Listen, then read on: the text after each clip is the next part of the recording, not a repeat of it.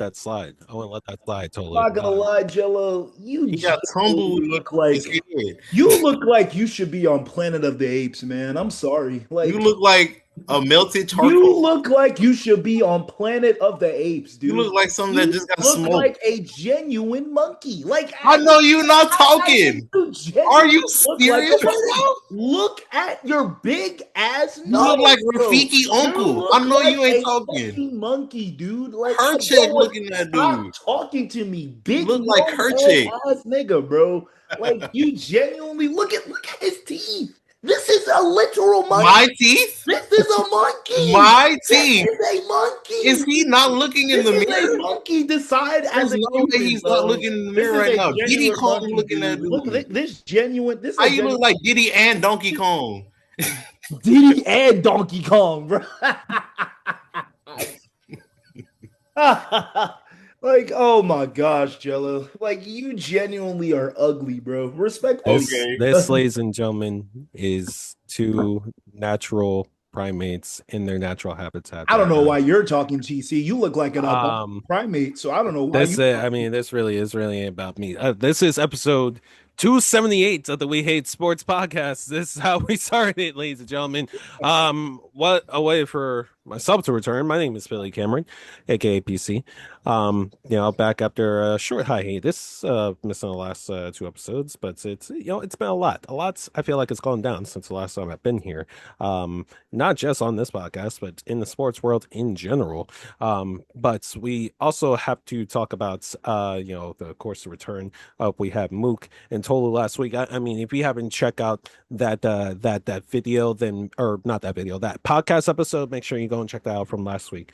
As far as this week goes, we have to talk about the MLB trade deadline that has come and gone. And those LA Dodgers, man. I mean, my goodness, talk about the root of all evil.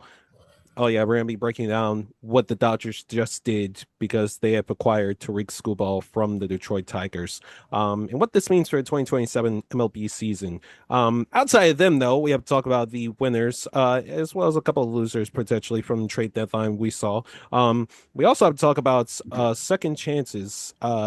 At for quarterbacks in the NFL with train camp underway for all 32 NFL teams. Which of these quarterbacks are under the most pressure and have the most to prove? We also have to talk about SummerSlam. SummerSlam that was this past weekend as well, night one and night two. Roman Reigns furthering cementing his legacy as one of the greatest of all time. We'll be breaking down where he ranks all time, as well as picking out athletes that we want for our favorite basketball team. All that and more, episode 278 of the We Hate Sports podcast. Ladies and gentlemen, get your popcorn ready for this one. We started off with a bang. Make sure you follow us on all our socials, We Hate Sports all across the board as well. So let's just the elephant in the room. Well, the first elephant in the room, I guess I should say. While I wasn't here, the last two episodes. First of all, 2 episodes ago, I'm not gonna lie, 2 episodes ago, I had other plans. It was, it was something I was already made, and it didn't work out, it didn't pan out. As far as that goes, last week, no, I was on a wedding in Montana or Wyoming, wherever TK picked. I don't know. That sounds like something that Tolu would do, like go to a wedding in Idaho or something. I was at a baby shower in North Carolina. That's where I was last week, which is why I couldn't be a part of that outstanding reunion episode. But I personally, I mean, this is probably where TK is at, this week. Like he's probably, I'm not gonna lie, he's probably out, preparing for his cartel meeting. And he went on location. So, the location is classified. So I'm not too sure. I mean, sure, I'm sure Jello has more information about it. I mean, they're in cahoots with each other. So yeah, but only if he wants to reveal, of course. So that's where TK is at this Unfortunately, week. our brother TK is going through a deportation at the time, so he's trying to get his papers finalized. It should be good to go for next week, where he should be back. But ICE does have him detained for the next week, unfortunately. But we will be getting him back soon, very, very, very soon. So That's unfortunate. That really is unfortunate. While we're waiting for you, TK, don't worry. We'll keep your seat warm for you, brother.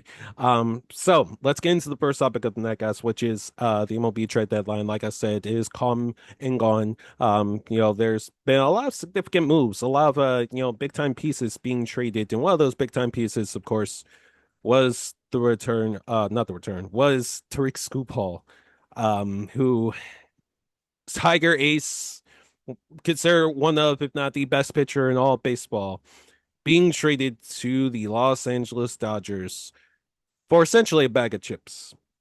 Um, sorry, prospects. Prospects. So there's a lot to take away from this trade. Um, this is a two-pronged question. I'm gonna start with you on this one, Gianni. Does this trade guarantee a Dodgers three-peat or no 2027 MLB season? Maybe potentially both. What are we looking at here? What are we dealing with here? I think it's going to be both, honestly. I think at this point they're going to three-peat, and there's not going to be no baseball season next year because this is just unfortunate. They're going to push for a salary cap. So it's going to happen, salary cap, at some point because they're pushing for it. Owners are actually pushing for it as well. So I think this is just going to change baseball completely.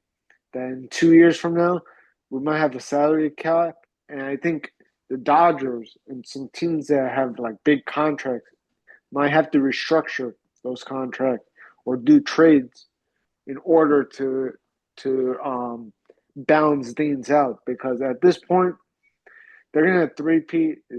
I just don't see anybody stopping them at this point. The NL, I think, is much tougher, I think, than past years.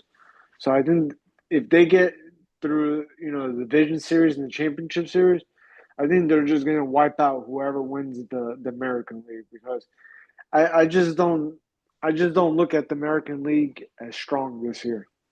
So at this point, I think is both PC. I just hoping for the best. I'm just praying. Um, Jello. This is so terrible.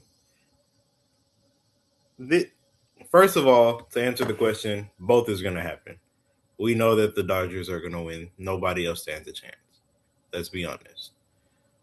But it is going to be more than likely the end of baseball for next season. How it's looking,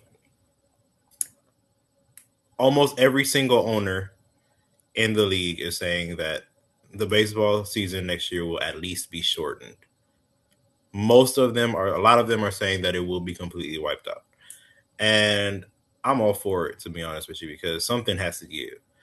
There is no reason why there should be a total of 10 All-Stars, Cy Young winners, MVPs on one team. It makes no sense. It actually absolutely makes no sense. And the problem with that is the Dodgers is the only team that benefits from a TV deal where they are getting the most revenue. So they have the most money to spend. And there are a lot of fans that's like, maybe owners should be spending more money, this, that, blah, blah, blah. They really and truly don't have it because the Dodgers are generating their revenue from the TNT deal. And it's causing other people to be at a disadvantage.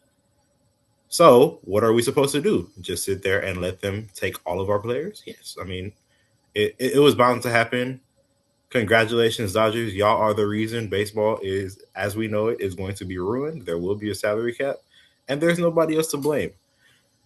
That being said, yes, they will get a three-peat. There's no way that this team with Shohei Ohtani, Tariq Skubal, Yamamoto, the list goes on starting pitchers. They have a total of seven potential starting pitchers. Not to mention Kyle Tucker. Not to mention the bats that they have on hand. Freddie Freeman. We got. I'm not even about to go down the list. We know what the Dodgers Mookie have. Betts. Mookie Betts. Shohei again. Like the list goes on and on. Like, this team is going to get a three-peat. We all know how the story ends. It's not even a point I'm trying anymore. It's not even competitive. I personally do not even want to watch baseball this season anymore. But that's what it's boiled down to. Congratulations, Dodgers. Y'all have created a salary cap. Thanks. Tola? I'm gonna go with both, but I don't like. I've seen 100-win teams get bounced out in division series, so injuries could happen. We've seen like wild card teams get hot and win the World Series. So yes, on paper they're obviously the favorite, and but you have to stay healthy. You still have to perform in October. But if we're like, yeah, if we're talking about closest thing to a guaranteed ring, it's obviously the Dodgers. I mean, I I can only imagine what hitters have to deal with going to the Dodgers. Honestly, if I'm like a power hitter or a home run hitter or anybody else, and I had to face the Dodgers in a 4-game series, honestly, I would fake an injury and just go home because like facing Yamamoto one night, then Blake Snell, then Scooble, then if Otani's healthy, you're facing him too. Like that is a night. That might be the greatest pitching rotation of all time. Of all time. Not even like of all time. Like it's not even just the rotation. They still have like they have the deepest lineup in baseball. Like I, I don't like. Thank you. Please just make a salary cap because I don't know what voodoo magic the Dodgers have, but they need to stop this, man. Like, because if you're the Phillies, the Cubs, the Braves, the Yankees, or like how can you compete? How can you compete? This them adding schoolboys like it's like the 2017 Warriors adding Giannis, bro. Like this is just insane. Like I can't. I like cancel the season. Like they're like if they are healthy, you're not beating them. Like, you know, this is why I don't watch baseball that much because like no salary cap is crazy. Like you can't just be allowing these teams to stack up super teams. Like, but I'm just gonna say both, and they need a salary cap immediately. Um, that meme of Thanos and Gamora, where Gamora asks him, "What did it cost you?" And he's like, "Everything." Congratulations to the Dodgers, that team, that fan base. You're gonna get your three-peat. Like Tolu says, as long as everybody stays healthy, it's virtually guaranteed. You're gonna get your three-peat. And it's going to cost not only you, not only the MLB, not only any and all baseball fans out there, but fans of the sport. It is going to cost you everything. This is going to be the first lockouts that we have ever seen across any sport where the public reception is going to be with the owners. And like I want y'all to think about that for a second. Like the lockout that we had in 2020 with the MLB, like we were with the players. Lockout that we have with the NBA. Last one was in 2011, I believe. And that was, for the players. The almost near lockout we had before after that with CJ McCollum and the Players Association. We were pro player. NFL, we were pro player. Um Hell, even the NHL, I'm sure that people were pro player. The MLB now, with how revenue works and how the owners generate this money and how the players are essentially like they could see the writing on the wall. There aren't even international stars that consider other teams anymore. They just say, no, the Dodgers are the best. I want to win a ring. I know where to go. Like that's the formula. That's the formula that literally is so hard to break right now when it pertains to the Los Angeles Dodgers. They have everybody. They have all-stars at every position. Literally every position. Shohei Ohtani, the greatest baseball player of all time, for starters. For starters. You still have Mookie Betts, Teoscar Hernandez, Andy Pajes. I mentioned he's an all-star this year. Tariq Schoolball now. Like I said, one of the best pitchers in baseball. You still have Yamamoto. You still have Roki Sasaki. You still have Freddie Freeman. You still have Max Muncy, who was another all-star this year. The list goes on and on and on. And it's not even a matter of, is this fair for everybody else? No. We're not talking about fair. Because I mean, I mean, at this point, like again, if everybody stays healthy on the Dodgers team, it's not fair. Baseball is a funny game because anybody can beat anybody, but when you fundamentally try to break that mantra, that philosophy, that's when it becomes unfair for everybody. That's when it becomes not fun to watch. Like in our next topic, we're going to talk about other teams that had a great trade deadline. Guess what? It won't matter. It's not going to matter because if the Dodgers stay healthy, they are three-peating, and there's not a single team that can stop them. Not in the NL, not in the AL. And that's the issue right there. There's going to be a salary cap for the first time in MLB history, and it's going to be thanks to the Los Angeles Dodgers. You can say that, oh, y'all needed Tariq Schoolball. I know I'm already knowing all the excuses that Dodgers are going to say. Oh, we needed more starting pitching. Oh, we needed more stability in our bullpen. So you think it's okay for you to go out and get the best pitcher in baseball? Arguably the best. Well, not even arguably. He is the best pitcher in the AL at the very least for a bag of chips. I know y'all saw the package deal that the Brewers had sent at the very least for Tariq Schoolball, and that was like almost pretty much all their top prospects. They wanted to send essentially the farm for Schoolball, and shout out to Detroit Tigers too for playing into this trope, for letting the Dodgers get again one of the best pitchers in baseball for essentially a bag of chips.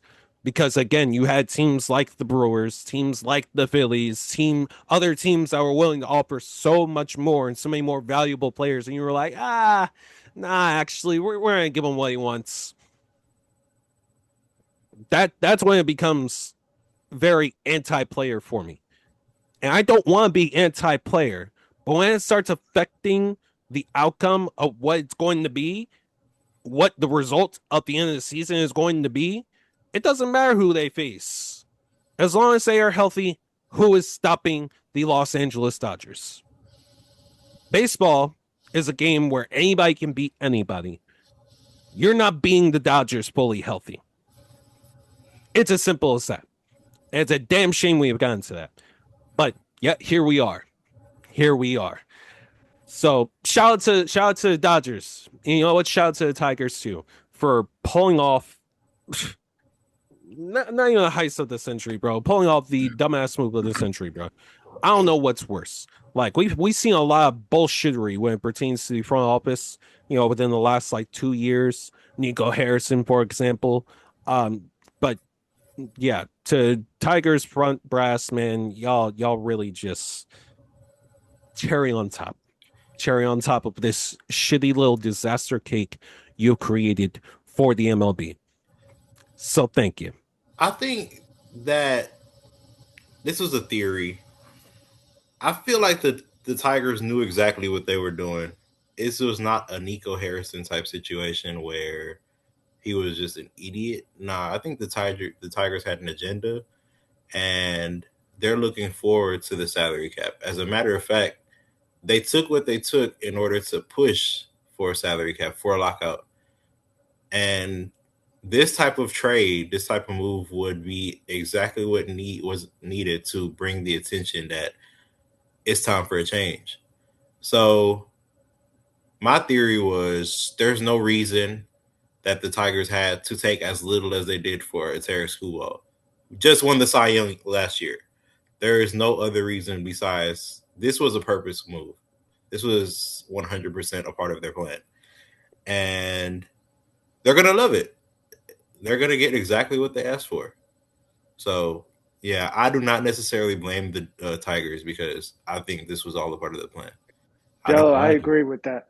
I agree 100% with that. You know why?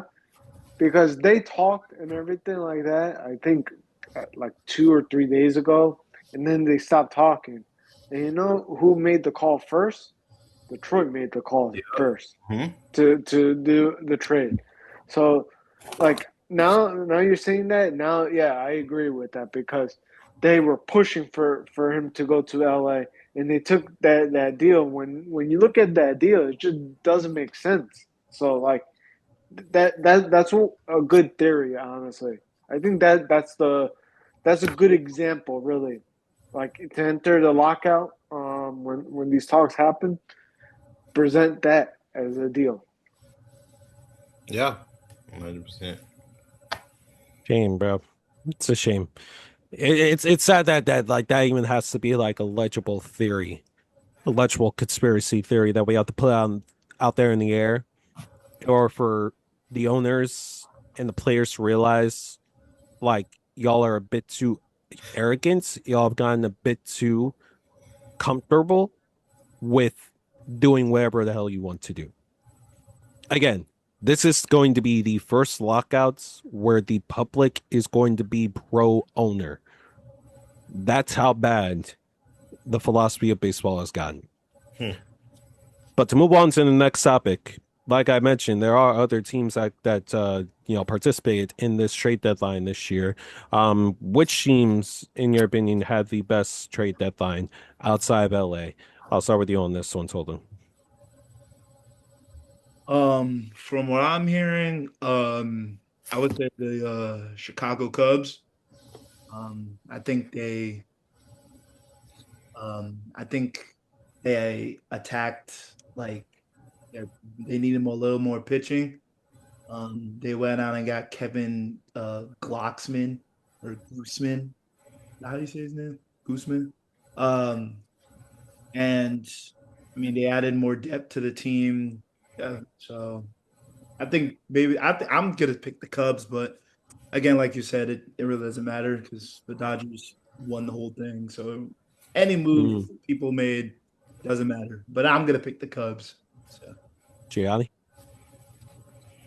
I'm gonna say two teams, like the moves that I like. I'm gonna go with Tampa because Tampa is the number one seed in the American League, and they added a catcher, Liam Hendricks, which is a big time move for them.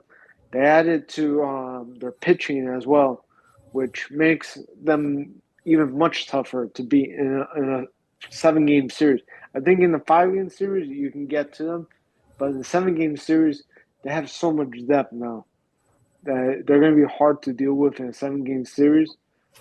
The other team I'm going to go with is the number 2 seed in the American League, and that's the Chicago White Sox. The Chicago White Sox have been a big surprise this season, and they added pitching and they added depth as well. So they're going to be a team that, if you look at who they could play in the division series, it's going to be Houston or Minnesota.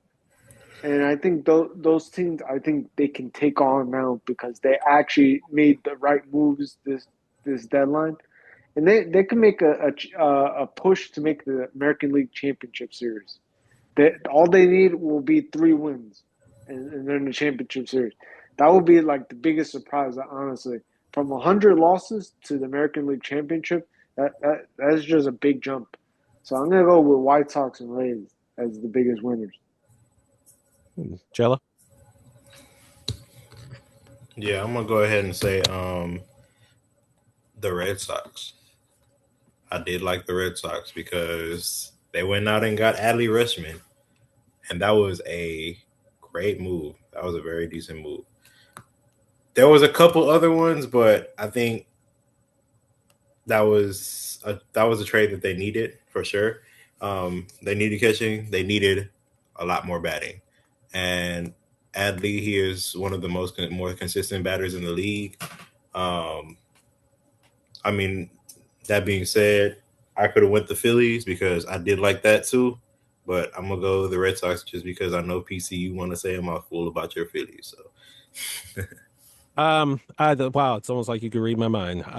Yeah, I was gonna say the Phillies because at this point, like I said, it's LA and everybody else. But I mean, I'll throw some praise to Dave Dombrowski, who finally decided to wake up, at the trade deadline and actually trade for somebody that's going to be useful to this roster.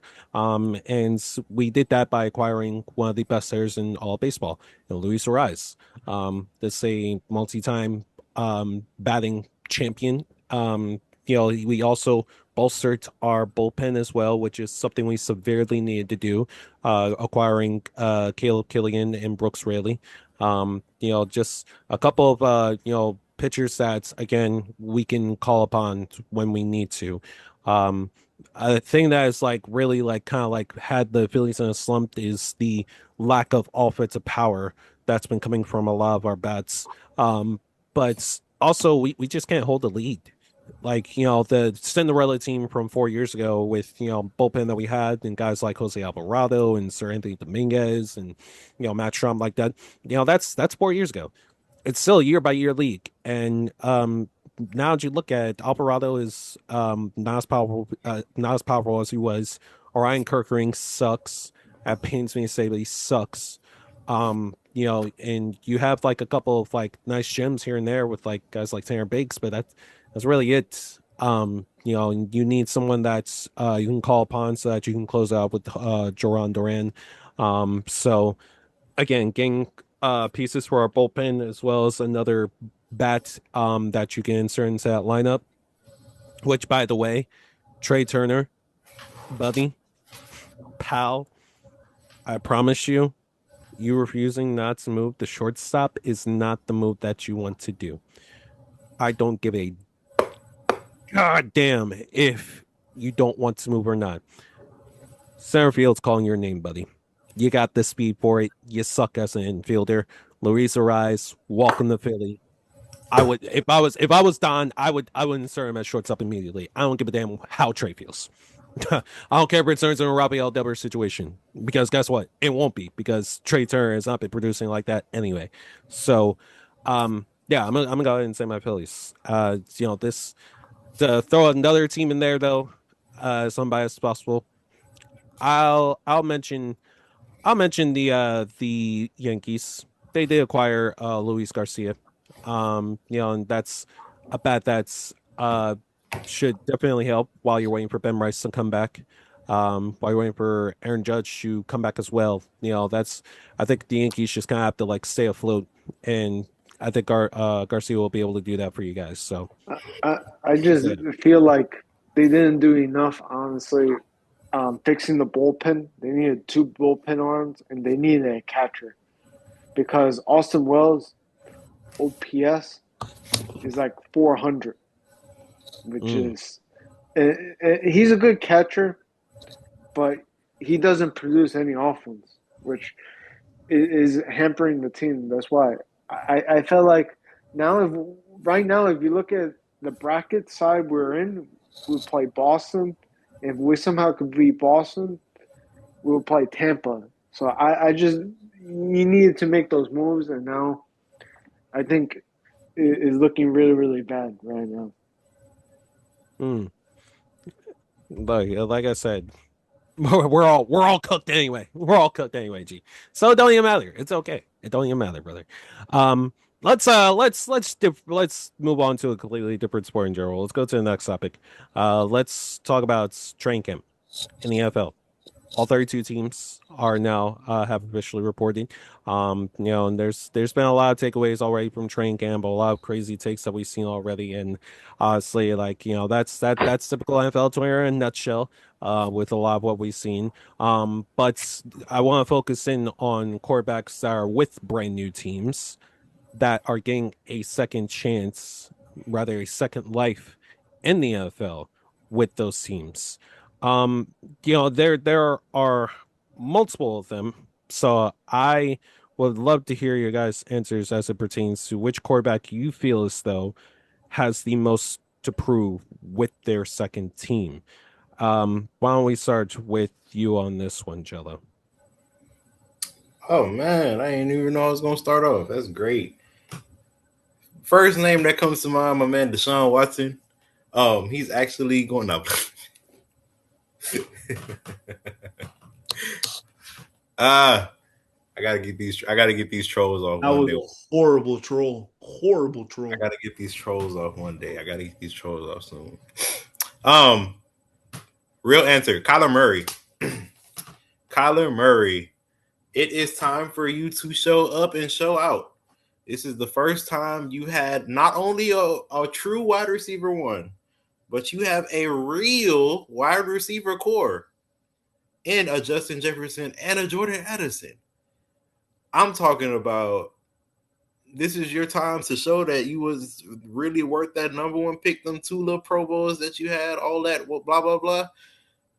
We do understand the struggle of being in Arizona. It was hell. I get it.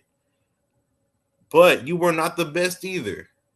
There's always been questions about Kyler Murray, but he also never had a true wide receiver one to show for it. Now, when he did, in a DeAndre Hopkins, he did make the Pro Bowl. They did not have the best defense, so that was a one and done out the playoffs. But this is a whole different.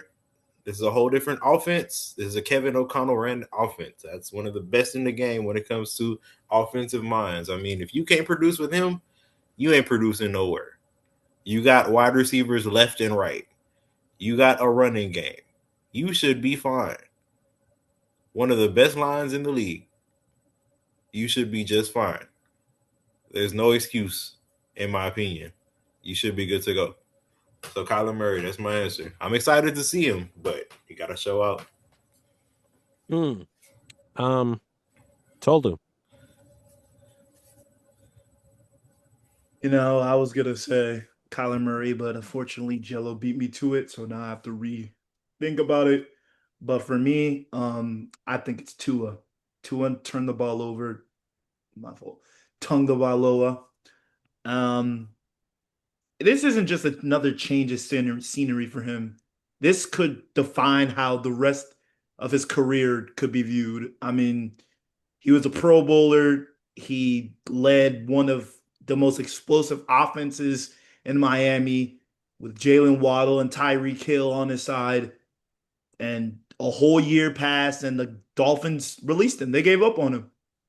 And they took so much dead money just to get rid of him. Like, that's not a normal quarterback. Like, that's not normal. It's not normal at all. And now he has a fresh start in Atlanta. And nobody questions Tua's ability to throw the football. Sometimes he be inaccurate, and we've seen it. We see him play at a Pro Bowl level, but obviously the questions have always been: can he stay healthy, and can he elevate a team? But honestly, the Falcons are, I mean, their offense is insane. Bijan Robinson, Kyle Pitts, Drake May, all those people. Like, I think he has the most pressure, in my opinion, because if he goes to Atlanta and balls off and balls out, you know, the narrative on him completely changes. Pause. That one was a little bit. That one was kind of crazy. I But I'm gonna fixed myself right on time, so fuck you. Anyway, people are gonna say Miami gave up on him too soon if he balls out in Atlanta, which he has no reason not to ball out in Atlanta with the offense they have. He doesn't even need to throw the ball that much with Bijan Robinson, even though I hate his haircut. That is the worst haircut I've ever seen in my life. Bijan, please cut that off, bro. Please. But if he struggles again, then obviously he's going to be one of those what if quarterbacks. People won't view him as the long-term franchise quarterback. So honorable mention will be Kirk Cousins, but in my opinion, I'm picking Tua. Well, I'm gonna go a completely different direction because I don't think anybody's thinking about him as a long-term answer, and honestly, after what he showed last season, there are a lot of people that are actually very high on this man, and that's Malik Willis. Yes. Um, this is a quarterback that I don't think anybody expects the Miami Dolphins to be excellent this season. Like nobody expects the Dolphins to win more than 3 games. That's not what this is about. This is about Malik Willis fulfilling his like prophecy, fulfilling his destiny when he was drafted in the first round all those years back. Like this was someone that once upon a time was Lamar Jackson before Lamar Jackson was Lamar Jackson. And he was touted as this excellent dual threat QB.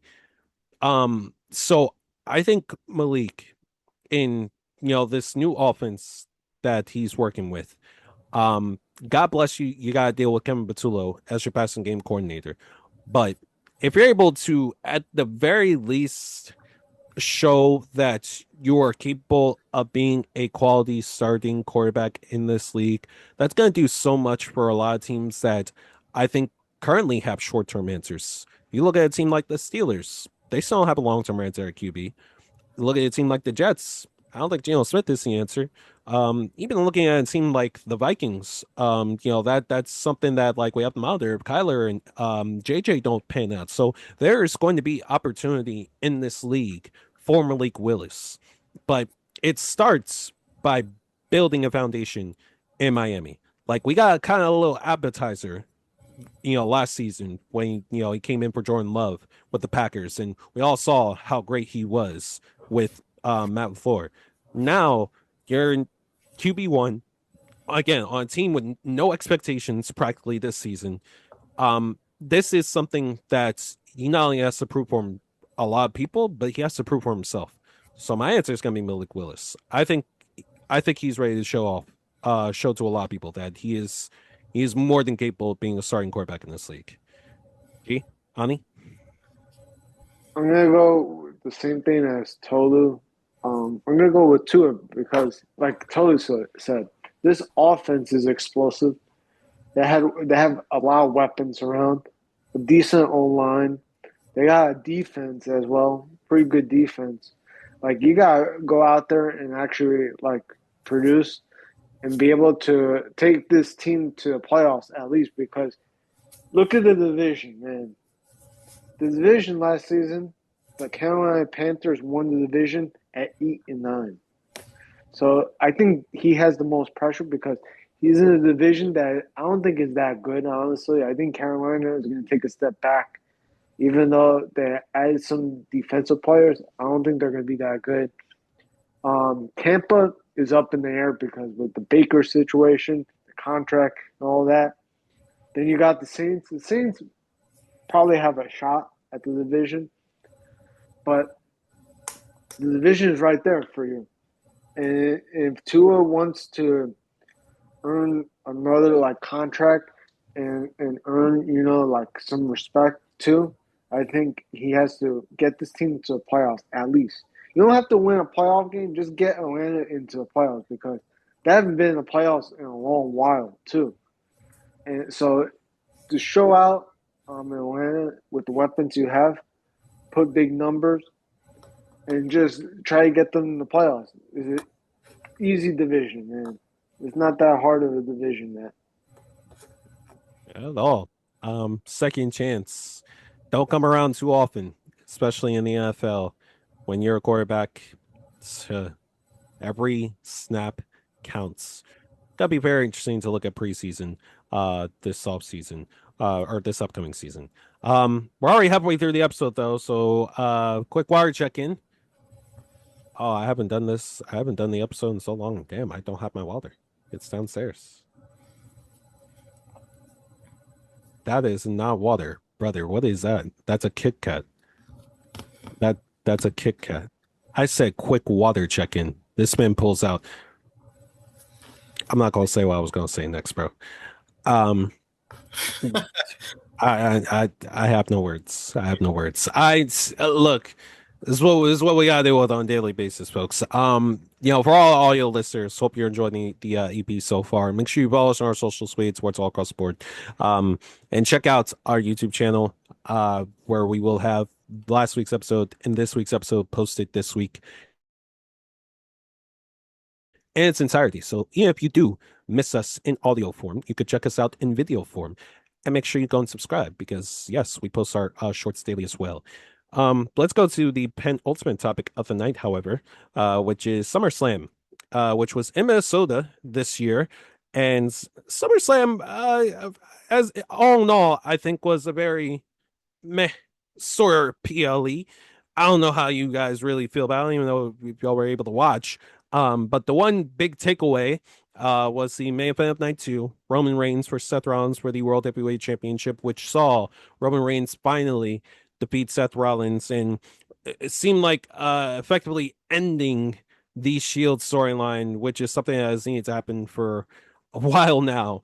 But the question that I want to ask with, and I'll start with you on this one, Jello, is Roman Reigns a top 5 wrestler of all time after that performance? Top 5, easily top 5. A better question would have been, what is he top 3 now? Because it's more of a conversation. I have him right at 4, pushing 3. Because not only the reign that he had previously, when he had 4 straight years of being a champion, but he's topping it back off. And pause.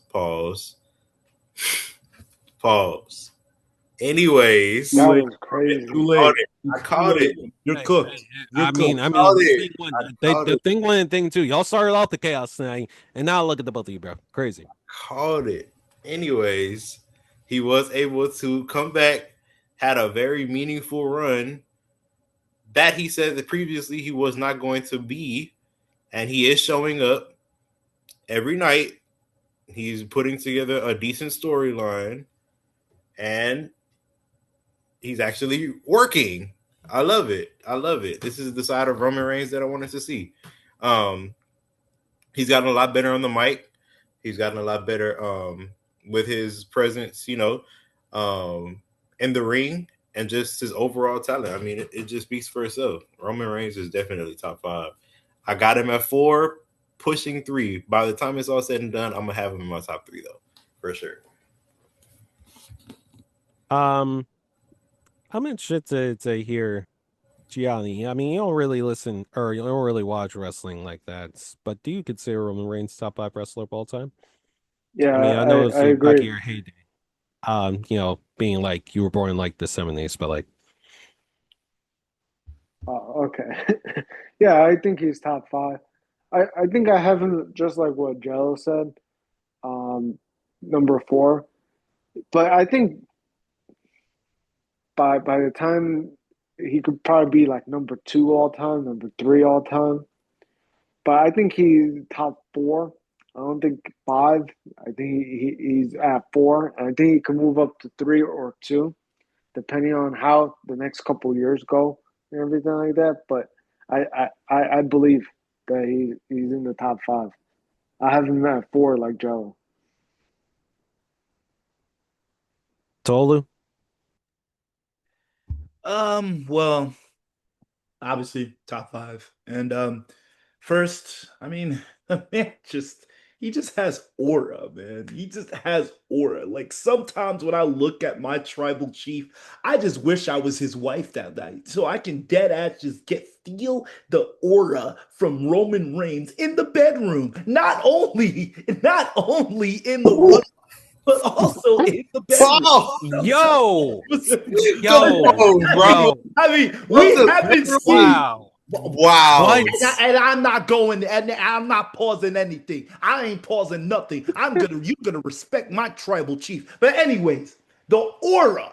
We haven't seen the aura like that since Prime Undertaker and Prime Stone Cold Steve Austin. When his music hits, you just feel the main event before the match even starts. He doesn't even need to do crazy. He could just stand there. His presence alone makes that match feel important. And he renovated himself as the tribal chief. I mean, the tribal chief wasn't even just a gimmick, by the way. It's not a gimmick. It became probably the best character transformations in wrestling history.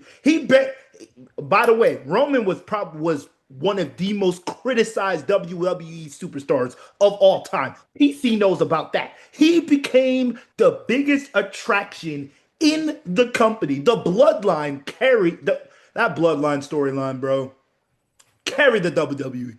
Carried the WWE for years. And it wasn't even just about Roman. He elevated Jey Uso. He elevated Sikoa. He made Jacob Fatu a bigger star than he even was. I mean, oh my gosh. I mean, he's top 5 and he's inching towards number 4. In my opinion, he's neck and neck with John Cena for number 4 right now. Yes, he's neck and neck with John Cena. For number what? For number 4. What are you talking lost about? Your mind. He's neck and neck with John Cena. Stone Cold is number 1. The Undertaker's number 2. Ric Flair's number 3. John Cena 4. Roman Reigns 4. He's neck and neck. He's neck and neck with John Cena. John Cena carried the WWE for 15 years. That's not the point. The point is John Cena is way too low. Way too low? He's not above The Undertaker or still Stone Cold. No, he's not. What? He's not above The Undertaker? What? Undertaker. Bro, The Undertaker had a 21-0 streak. What are you talking about? John Cena is not above The Undertaker. John Cena had 17 championships. So, he's not above The Undertaker. He's not above it. How many world championships did The Undertaker win? I don't know. I have to look that up. Exactly. You don't know. It doesn't matter. John Cena is not above The Undertaker. He doesn't even have the longevity. The longevity The Undertaker had is better than John Cena's. No, it's not. It's like right at the same. What are you talking about? No. He's not above for me. John Cena is neck and neck with Roman Reigns right now. He's neck and neck. Neck and neck. So, here's the truth. Roman Reigns is not top 5. Roman Reigns is barely even top 10. I would have a whole lot of wrestlers in front of Roman Reigns. This includes, the likes of the Blue Meanie, the Brooklyn Brawler, Funaki, shout out to Michael Funaki, Jimmy Wang Yang, Colin Delaney. I would have a whole lot of wrestlers in front of Roman. In all seriousness, Roman Reigns at this point in his career, I think he has cemented himself as a top 5. If you said top 5, I would understand it. Genuinely, like being like no trolls this time, like genuinely speaking, I feel as though Roman, for me personally anyway, like is just at number 5, almost right outside my top 5 for all time. The reason I have to say it is because there's now a whole generation that when they think of wrestling, they think of WWE. When they think of WWE, they think of Roman Reigns. And that's a testament to how much he's been pushed and how much he's been in front of everybody for over, the last decade and a half now. Considering where he came from, it's kind of a bit symbolic to hearing a promo from Roman Reigns from like 10 years ago versus now. 10 years ago, you were talking about, I'm not a good guy. I'm not a bad guy. I'm the guy. And now it's like, he's actually the guy now. Like, he isn't really a face. He isn't really a heel. He's just the top dude. He is 1A. And everybody else is either 1B or under Roman. So I feel as though like there are only a certain amount of wrestlers that could say they can convey an audience, revolutionize an entire generation to watch, and literally can do no wrong. Like they could do all kinds of wrong, and still gonna have a fan base that supports them. Um, there are only a select amounts of wrestlers that could say they could do that. Um, I Hulk Hogan is one of them. Even though I'm not putting that man in my top five, Hulk Hogan is one of them. Um, Stone Cold is another.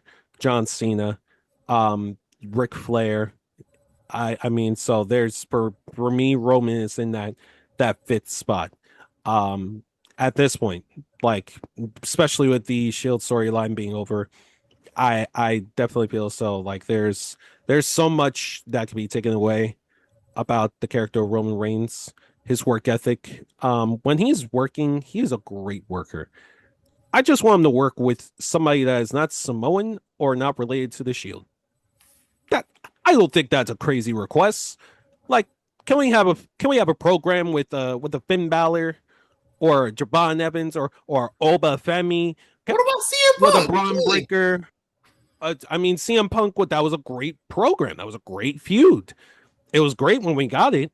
And then what's the next feud we got immediately after that?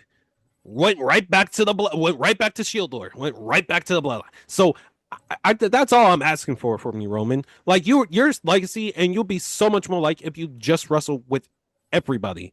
Like, I'm sorry, his next opponent for the world title is looking like LA Knight. And it's like, yes, that's great. That's what we need. We need somebody that is not of Shield lore and not a Samoan. So let's do more of that. To WWE Creative, to Michael P.S. Hayes, to that wonderful man, and to Brother Love, shout out to Bruce, and to Paul Triple H Levesque himself. Let's do more of that. Because that's best for business. When you have Roman feud with somebody that is not Samoan or of Shield lore, it'll cement his legacy even further. I promise. I really promise. So is he top five? Yeah, he's top five for me, but he's like number five. What is your top five? Because you said no Hogan. No Hogan. So in no order either.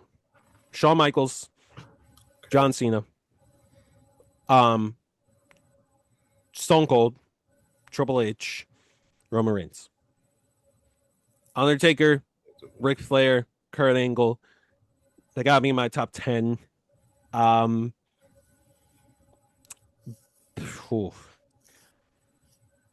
think I'm gonna go ahead and put Batista top 10 as well.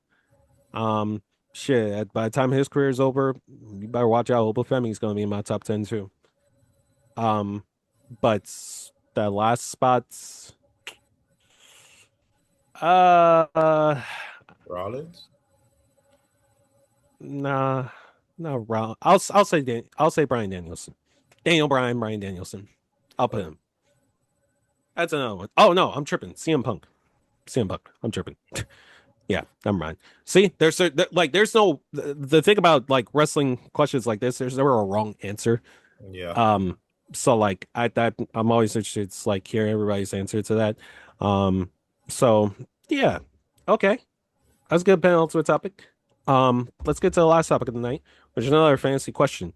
There's before you know it, we're going to be in preseason for the NBA, and there's already talks about like international play. There's talks about games being in Brazil, Saudi Arabia again, London. I mean, the NBA is trying to be more global than it's ever been before.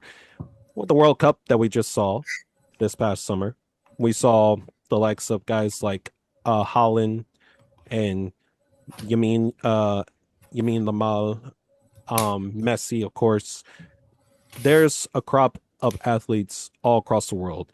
So if you can pick any athlete, and it just has to be one singular athlete that you could put on your favorite basketball team, who would it be and why?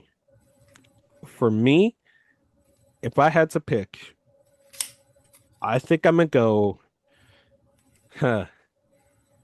God, that's actually a very tough question. I think I'm gonna go with Holland. The only reason I'm going with Holland, that dude's a Viking. Like literally, if he was born like 200 years ago, he would be a Viking. and he would be one of the best Vikings. He would be the ones that we would see in the history, the history books, the textbooks that kids get in the fourth, fifth grade. There would be a picture of Holly in there. Um, he's a bruiser, like he's a big body bruiser, and gets whatever he wants on the pitch. I think he would get whatever he wants in the paint. And if somebody were to hand him a basketball instead of a soccer ball when he was 5 years old, who knows? Maybe looking at the first like Norwegian NBA superstar. So I'll say Holland. Um, Tolu.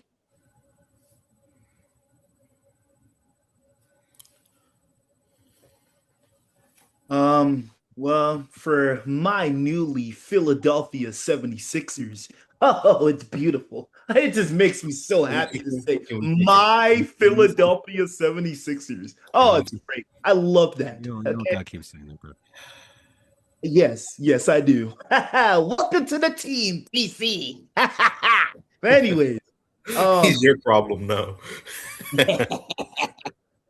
anyways, I'm taking Lamar Jackson, like 1000%, no questions asked.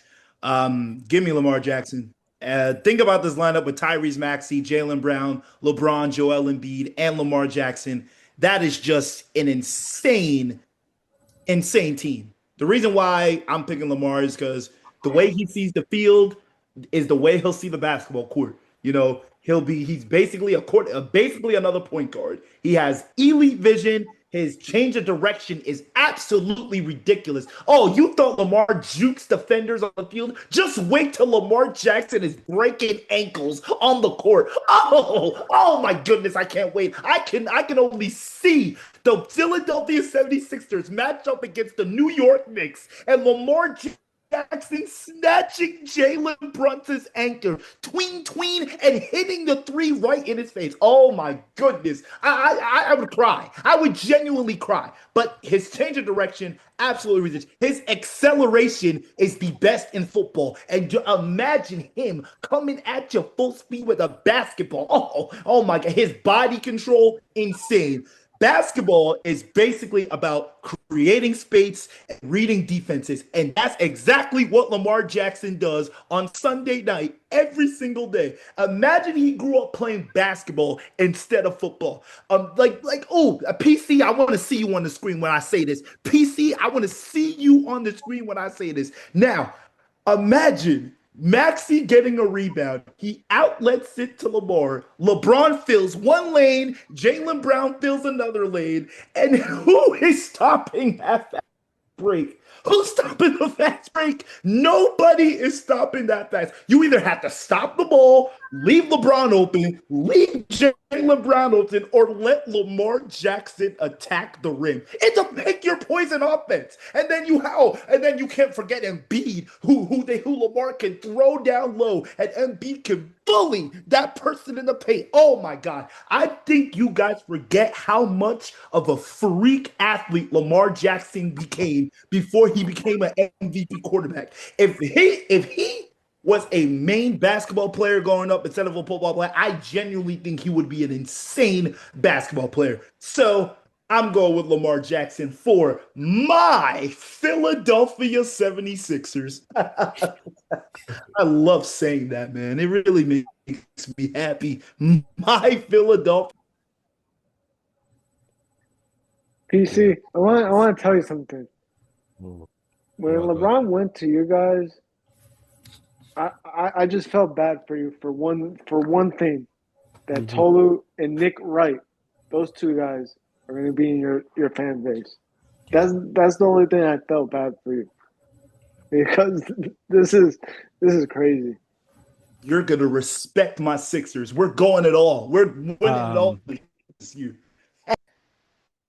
I mean, it's like Patrick Beverly, bro. Like, you hate to play against him, but you would love for him to be on your team just because he's an annoying pest. Yeah, I'm gonna keep it like that. Gianni.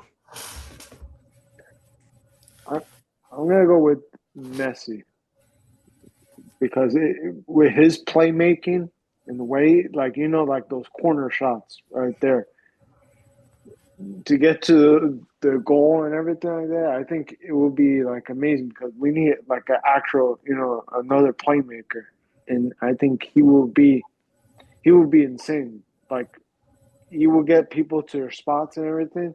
I think that will then that's such a cheat code, and especially with Giannis and Bam too in the paint, it just makes it like unfair to think about it because now you have all your shooters around, and now Messi is coming in and then just throws wherever shot, basically throws wherever assist. He probably will average like 15 assists per game, honestly. And finally, Jello. Oh man, I had been thinking about it for a minute, but first player that came to mind, give me Anthony Richardson, man. Anthony Richardson would be a freak athlete on the court. I'm talking about with the arm strength and everything. He would be a shooter from three, the playmaking ability, being such an elite quarterback that he is. I mean, Anthony Richardson is just like a top tier choice for my Rockets, man. I'm just telling you, like. You say right there. You say right there. Actually, I'm gonna make a phone call real quick. I'll be right back. What's going on? You can continue answer. You can continue answer. Yep. Just say where you are.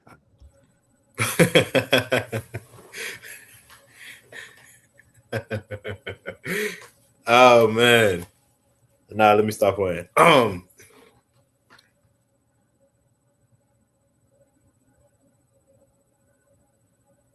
Hello.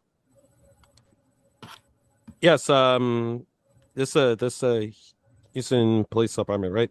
I like to report a crime real quick. It's a crime, a terroristic crime. Actually, I don't know if like you guys have to be involved or I had to call like ICE for that. Actually, the man that did it, he's about in his 20s. He kind of looks a bit Venezuelan. But yeah, he was making a threat against me, against my colleagues.